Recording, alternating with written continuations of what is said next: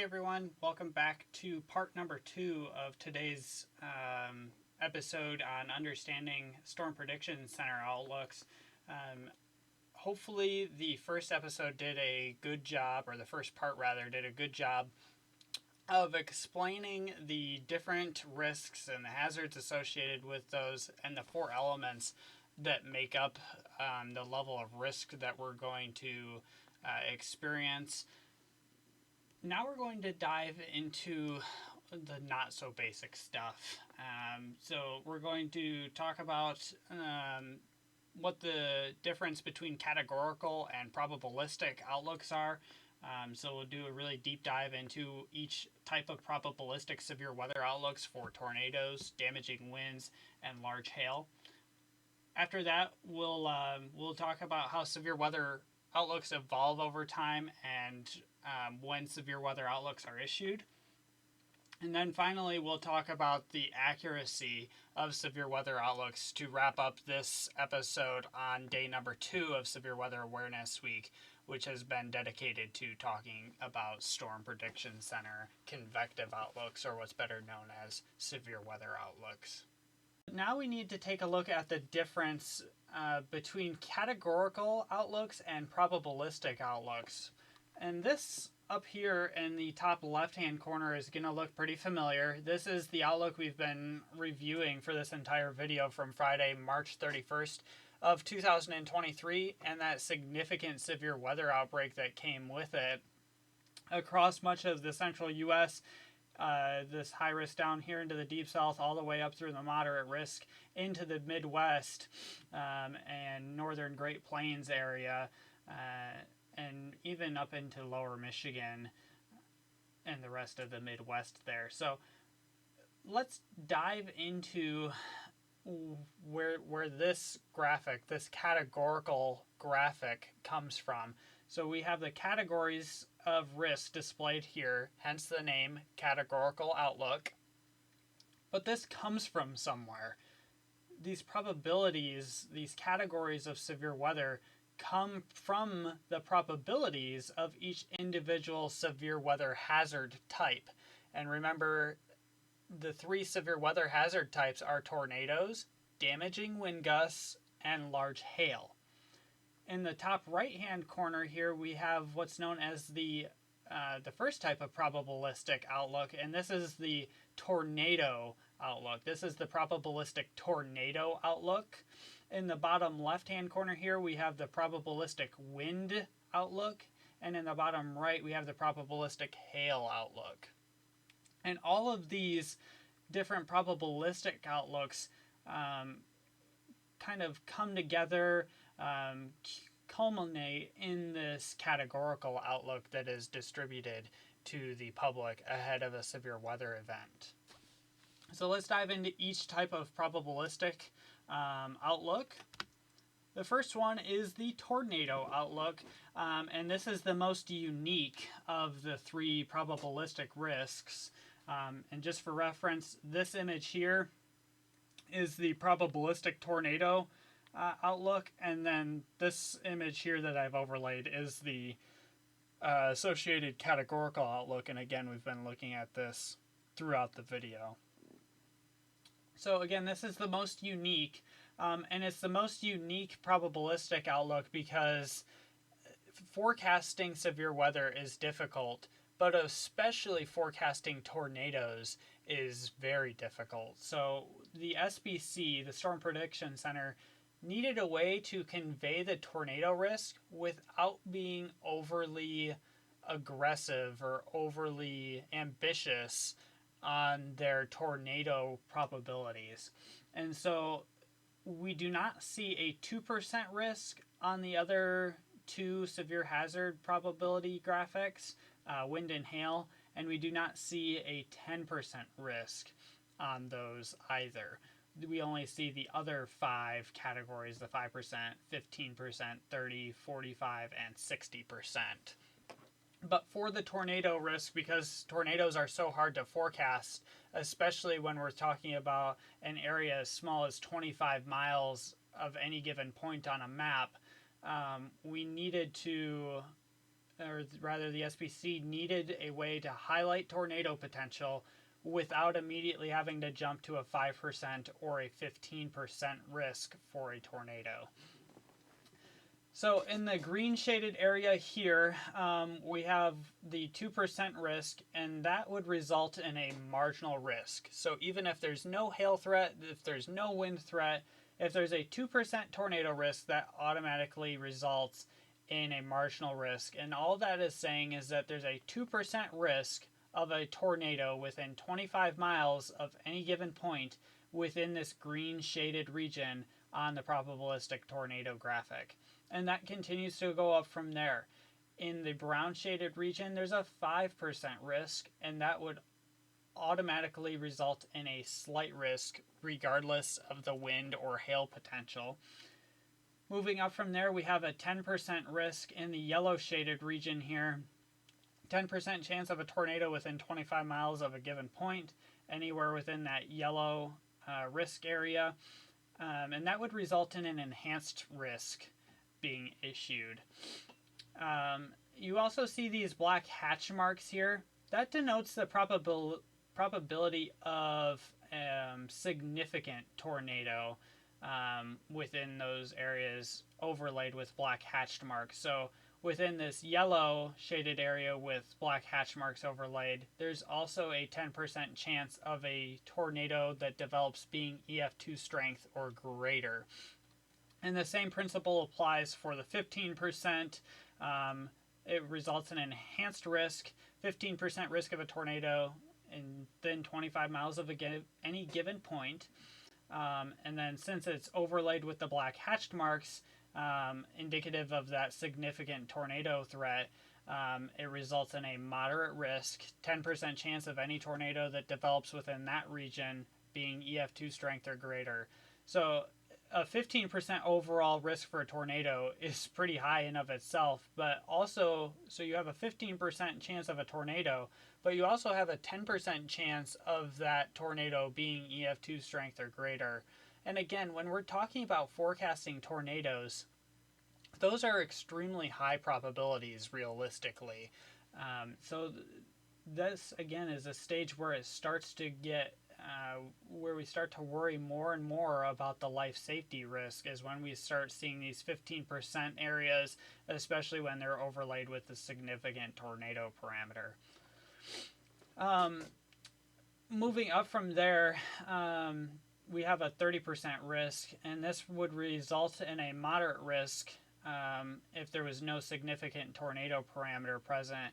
But since we have this significant tornado parameter present overlaid with that 30% pink shaded region with those black hatch marks, we automatically get a high risk. So that's where this high risk is coming from on the categorical outlooks. If you look at these 30% circles here and then compare to where they are on the categorical map, they're in the exact same place. And that's where those high risks are coming from, is because of that 30% chance for a tornado within 25 miles of a given point, plus the probability, the 10% probability of any of those tornadoes to be EF2 strength or greater. So very concerning within those areas, and hence the high risk. And again, these outlooks are serving as additional lead time to provide people, to make people aware that there's the probability for severe weather, and in this case a high threat for life safety in this region, in these pink and these red shaded regions, due to that severe weather threat. And we don't see this on this outlook. The 45% risk and the 60% risk, those are thankfully pretty rare, so we don't see those indicated here.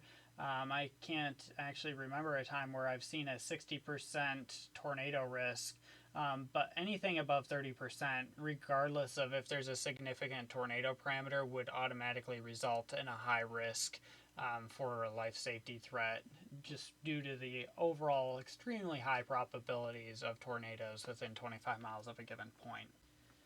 And so one thing you may be confused about is, if we look over here at the 15% hatched tornado parameter, we see that that would result in a moderate risk. So let's find the 15% and the hatched risk. These black lines overlaying the red area indicate that significant tornado parameter within this red 15% hatched risk.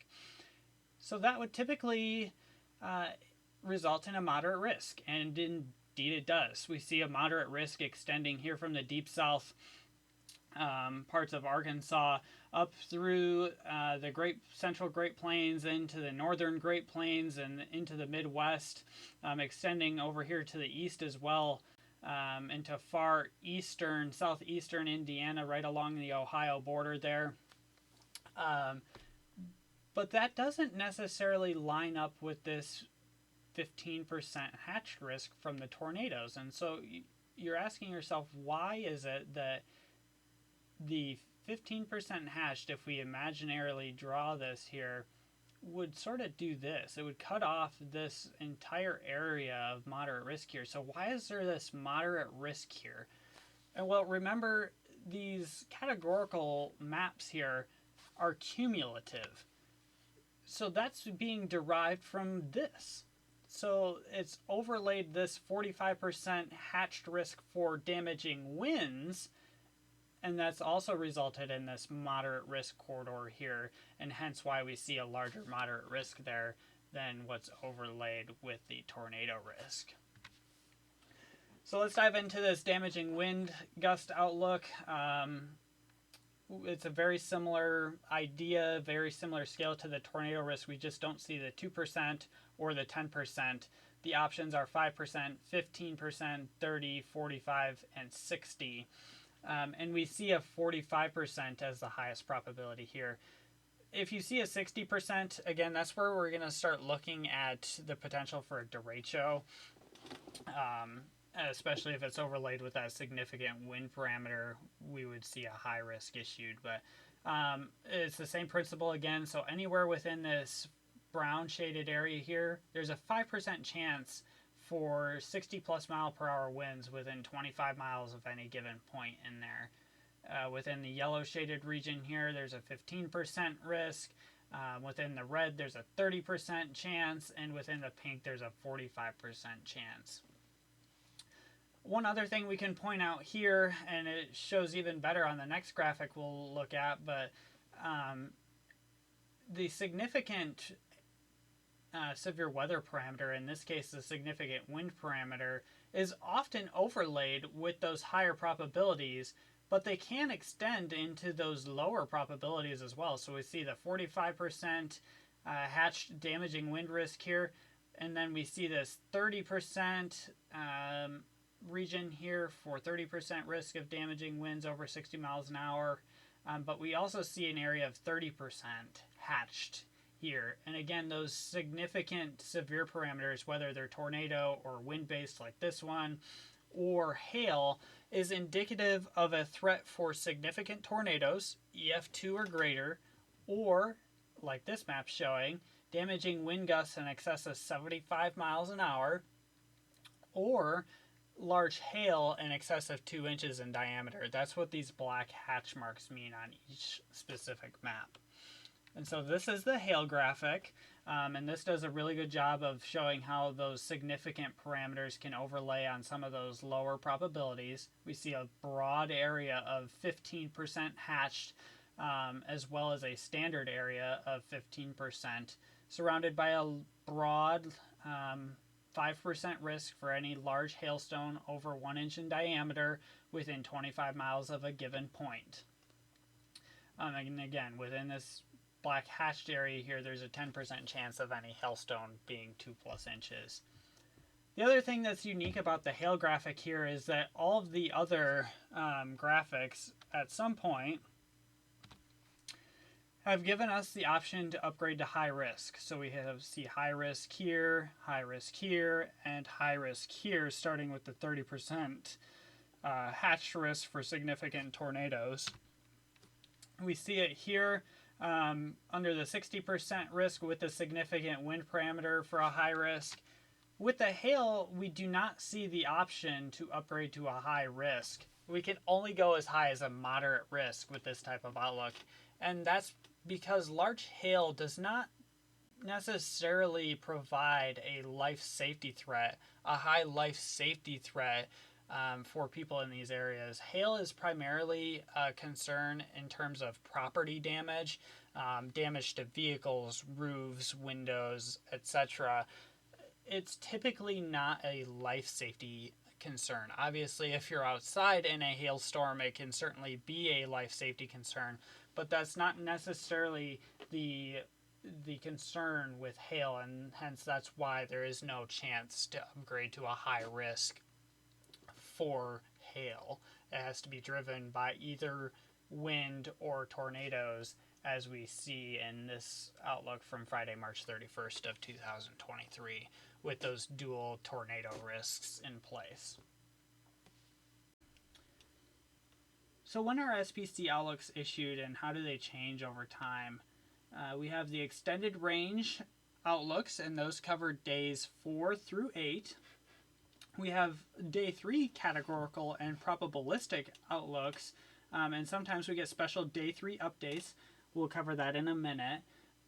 We have day 2 categorical and probabilistic outlooks, and we have at least one scheduled update to the day 2 outlook. And then we also have day 1 categorical and probabilistic outlooks, and those are updated at least 5 times throughout the day. So today is March 18th of 2024. So let's say we have a severe weather risk in place for today. So you wake up this morning, you turn on the news, and you see there's a severe weather outlook. That would be for today. That severe weather outlook would be for March 18th, 2024. And then we have day 2, which is for tomorrow. So day 2 outlooks are for tomorrow, and in this case it would be Tuesday, March 19th of 2024. We have day 3 outlooks, which are for the day after tomorrow. In this case, that would be Wednesday, the 20th. And then we have day 4 through 8 outlooks after that, or what's known as extended range outlooks. And that would cover the period from Thursday, the 21st, through Sunday, the 24th, if we're using today as the day 1 period. So here's an example of how those risks evolve. Again, we've looked at this image a couple of times already. These are the outlooks from Friday, March 31st, 2023. And you can just see how they evolve over time. And we'll dive into what the different possibilities on each day of outlooks are. Really quickly, outlooks are issued on a schedule generally. So the day 4 through 8 period is issued sometime between 3 a.m. and 6 a.m. The day 3 outlook, so remember that's for the day after tomorrow, would be issued at 3:30 a.m. Eastern Time. And sometimes in rare situations when forecasts have significantly changed, oftentimes the need for an upgrade is the reason they do this. But they may update the outlook in order to issue an upgrade to the risk.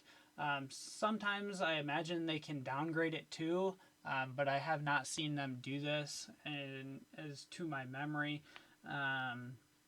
Normally it's for an upgrade if they're doing a special day 3 update. The day 2 update is issued, so remember day 2 is for tomorrow, is issued at 4 a.m. Eastern Time, and then it's also updated at least once during the day at 1:30 p.m. Eastern Time. And then the day 1 outlook, which would be for today, March 18th. March 18th is day 1 in this example. So our initial outlook was issued at 2 a.m. this morning, and then it's updated extensively through the day. There's an update issued at 9 a.m. Eastern Time, one at 12:30 p.m. Eastern Time, one issued at 4 p.m. Eastern Time, and one at 9 p.m. Eastern Time. And then, of course, if the severe weather threat is more of an overnight threat, the next update we would get is at 2 a.m. as well. So that's how that works. In terms of the extended range outlooks, there's sort of four ways the SPC describes severe weather potential within the day 4 through 8 period. The first two ways are similar. They have small differences. So the first way is potential too low. And this is just saying that across the U.S. here on this specific day, the potential for severe weather is too low. The ingredients needed to come together to create a severe weather threat are not going to be present. Similarly, but sort of different, this is saying that the predictability is too low. So this is saying that a severe threat could exist somewhere, but the predictability surrounding delineating a specific area, representing a specific area, is too low at this time, at the time of the writing of the forecast. And then we're down here. So in the extended range severe weather outlooks, the next two ways are 15% severe risk, and that typically equates to a slight risk or higher for a day 1 outlook. And the next way is 30%, which equates to an enhanced risk or higher for day 1. So this is an example of a day 4 through 8 period, 15%. Again, this happens to be the day 6 outlook. So 6 days before Friday, March 31st of 2023, they were highlighting a broad area of severe weather potential,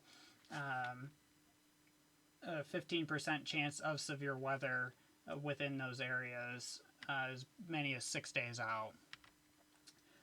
By day 5, they had expanded that and upgraded that to a 30% area, 30% risk area for severe weather, and this does a phenomenal job of overlaying with the broad moderate risk that was in place on that day. Of course, eventually there was an upgrade to a high risk in this area and another one down here, but this area in the middle here was the moderate risk essentially for that day.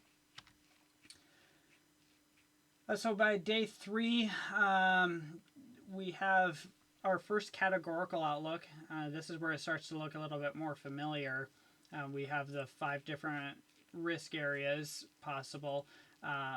And actually, you cannot have a high risk on day 3. You can only go to a moderate risk. Again, that's just because forecasting severe weather reliably 3 days out is just not a sound science yet. And so you can only have a moderate risk. But here they've issued an enhanced risk across, again, what was that moderate risk area essentially. And this is the first day where we get probabilistic graphics.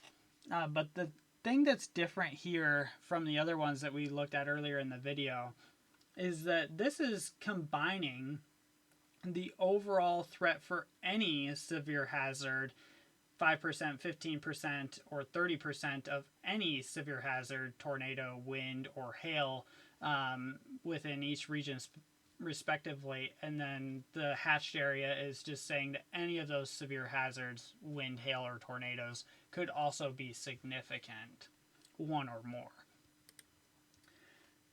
By day 2, this is where you start having moderate risks introduced. They're not common on day 3. Can happen, of course. But by day 2, you can have a moderate, and if confidence is high enough, you can even have a high risk. But you can see here we have these dual areas of moderate risk in place across pretty close to what would eventually be the high risk areas. Especially this one does a good job of showcasing that high risk area, I think. But this is the day 2, and this is also the first day. I don't show it here, but this is the first day where we start to break down the individual severe hazards in terms of their probabilities and the graphics we looked at earlier in the video. This is the first day we start to get those. And then day 1 is updated 5 times.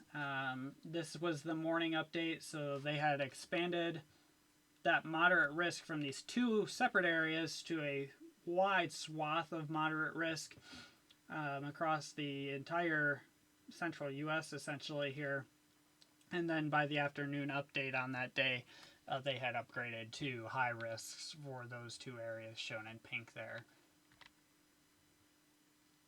So with that, let's talk briefly about how accurate these outlooks are. And a disclaimer here, we love the Storm Prediction Center and the National Weather Service here at West Michigan Weather. This is in no way criticizing. It's more so praising the efforts of the National Weather Service and the Storm Prediction Center, the reliability of their outlooks, their watches, their warnings. But Mother Nature can still throw us a curveball, even though in general these outlooks are very accurate. She can still throw us a curveball sometimes and do whatever she wants. And again, meteorology is still a science that we don't have a full grasp on yet. It's one of the unknowns of the world still. We don't understand why some supercells produce tornadoes and others do not, and why some tornadoes are strong and others are not. We still don't have all those details yet. So it's important to understand that. And primarily, it's important to understand that these outlooks and the watches and the subsequent warnings that are issued, especially with events like the one we've been looking at for this entire video, are extremely accurate and perform extremely well and need to be taken seriously. Unfortunately, a lot of the times, and I talked about this in the video yesterday with the Kent County tornado and the subsequent damage survey I did, a lot of the times we hear when severe weather strikes, especially significant severe weather events, that, well, where was the forecast and where was the alert? And, well, it's been here for 6 days, right? And it's just a lack of awareness. And that is what our mission here at West Michigan Weather is to bring awareness and bring live ground truth to residents in the path of severe weather, to our emergency management partners, and especially to the National Weather Service at the Weather Service offices in Grand Rapids and northern Indiana primarily, but anywhere in the Midwest and Great Lakes region where we may be chasing. That is our goal. So this is you'll recognize this a little bit. This is the same graphic for Friday, March 31st, 2023. This is dual high risk here, but we've overlaid the severe weather reports that have come out of this, that came out of this event on the map here. So the green dots and green triangles are indicative of hail reports. The triangles show 2-inch plus significant hail. 334 total hail reports out of this system. The blue circles are damaging wind gusts. 518 damaging wind gust reports, with 7 of those indicated by the blue squares of 75 miles an hour or greater, significant damaging wind gusts. And then the red dots are tornado reports. 177 tornado reports. Primarily concentrated in these high risk areas, extending a little bit into the moderate risks here. But overall, I think that this shows just how well this severe weather outlook did. The greatest concentration of severe weather reports is all within this enhanced risk area of severe weather that was outlined by the SPC. A very good job of forecasting the greatest risk areas for severe weather. And then again, at the beginning of the video, I talked about how severe weather can sometimes happen in general thunderstorm risk areas, and we see that here with these 2 wind reports in the general thunderstorm risk area, just into Pennsylvania or New York, right on the border of Ohio, Pennsylvania, New York there.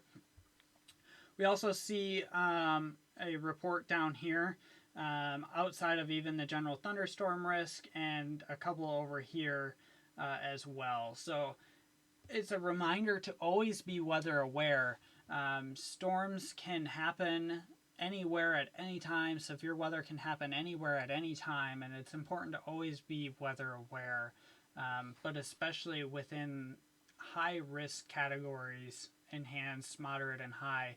And I think that this risk also does a really good job of showcasing why even within the lower risks, the marginal and the slight, there's still a great number of severe weather reports in these areas. They're much more scattered in nature, um, widely scattered, isolated in nature. Here we see them more numerable, more widespread. But definitely still a reminder to always be weather aware and to take those low end risks seriously as well. And this next event from a couple of weeks ago, from February 27th of 2024, does an even better job of showcasing that, I think. So we have these areas of dual enhanced risks, and these were driven by these 10% hatch risk for tornadoes across Kentucky here and into parts of northern Illinois, southern Wisconsin, and northeastern Indiana, or northwestern Indiana, I'm sorry, excuse me. We see these enhanced risk areas, and we have a concentration of severe weather reports here across northern Illinois, along the Wisconsin border, including some tornado reports, as well as a corridor of severe weather reports here on the southern side of this enhanced risk area, and one again on the northern side of this enhanced risk area. So overall, there's a big gap here in the enhanced risk areas where no severe weather was reported whatsoever. And I think that the tornado graphic does an even better job of showcasing that. So this is the probabilistic tornado graphic. You see these dual hatched risk areas, 10% hatched risk areas for tornadoes. And again, the red dots indicate tornado reports. Not a single tornado report within these 10% hatched risk areas from the 27th. And so that just goes to show that forecasting tornadoes is still difficult and is still an unknown science. And anywhere, especially within regimes where there's forecast uncertainty, need to be taken very seriously. Michigan especially, a lot of the times our tornadoes come from days when there's not necessarily an outlined high threat for tornadoes. A lot of our tornadoes come from days, 2% risk days, 5% risk days, and this is no different. You see a 2% tornado risk here across much of lower Michigan, and 2 tornado reports in place. One here from Calhoun County in our coverage area here was rated high NDF1 and caused some significant tree damage as well as some limited damage to structures and vehicles, etc. But just a general reminder to always be weather aware, always have a plan to go to a safe place if a tornado warning is issued, and to know what to do ahead of severe weather. And we're going to cover that through the remainder of the week. Okay, thank you for tuning in to this part of episode number 2 on Severe Weather Awareness Week. Hopefully this second part of the video really pairs well with the first part of the episode here and gives a very in-depth and very concise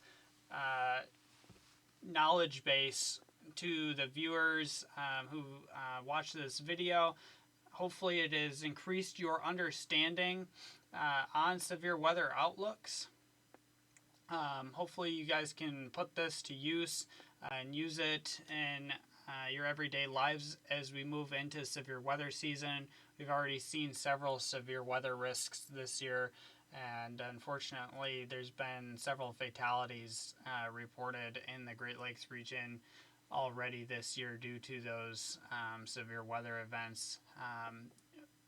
This is not an official forecast by any means, but it is certainly possible that with the overall global weather pattern that's going to be in place for this summer, that we see an above average severe weather season, as well as an above average tornado threat for the Great Lakes region and Michigan this year. So it's definitely a good year to be weather aware. Every year is a good year to be weather aware, but this year especially may be a more significant year for severe weather in the Great Lakes region, and especially in in Michigan. So I hope that you guys continue to come back and take a look at our videos this week. And please share these videos with your friends, your family, your neighbors.